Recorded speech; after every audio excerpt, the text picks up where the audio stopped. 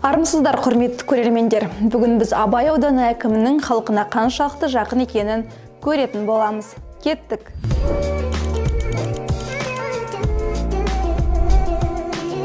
Сәбит Темешұлына Инстаграм желісінде 1200-ден астам жазылушы тіркелген. Соңғы жарияланым 24 қаңтарда салынған.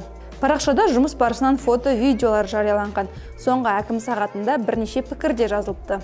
Жаным менің 11-22-33 есімді желі қолданушысы. Топар қаласы Атамекен, онда үйлер суық, бірдеңе істеңіздерші.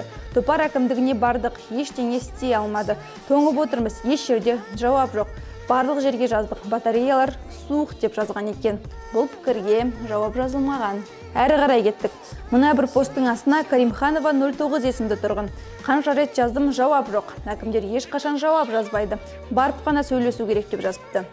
Әкім мырза, еститін мемлекет қағидасы жайында естіп педіңіз. Естімеген сияқтысыз. Өйткені осындай жауап жазылмаған пікірлер жетіп артылады. Енді әкімдік парақшасына тоқталсақ. 12 мыңға жуық жазылушы бар, бірақ парақшада тұрғындар белсенділігі төмен. Бізді халықтың пікірі қызықтырады.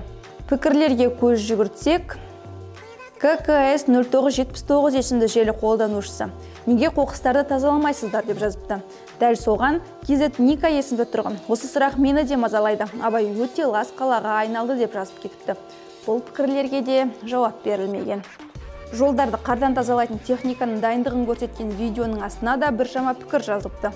Осы техниканың кем дегенде жартысын жұмыс барысында көрсек жақсы ғой. Қалай тазалайтындарын көрерміз. Вольный көшесінде әлі тазалық шаралары жүргізілмеді деген жағымсыз пікірлер жазылған.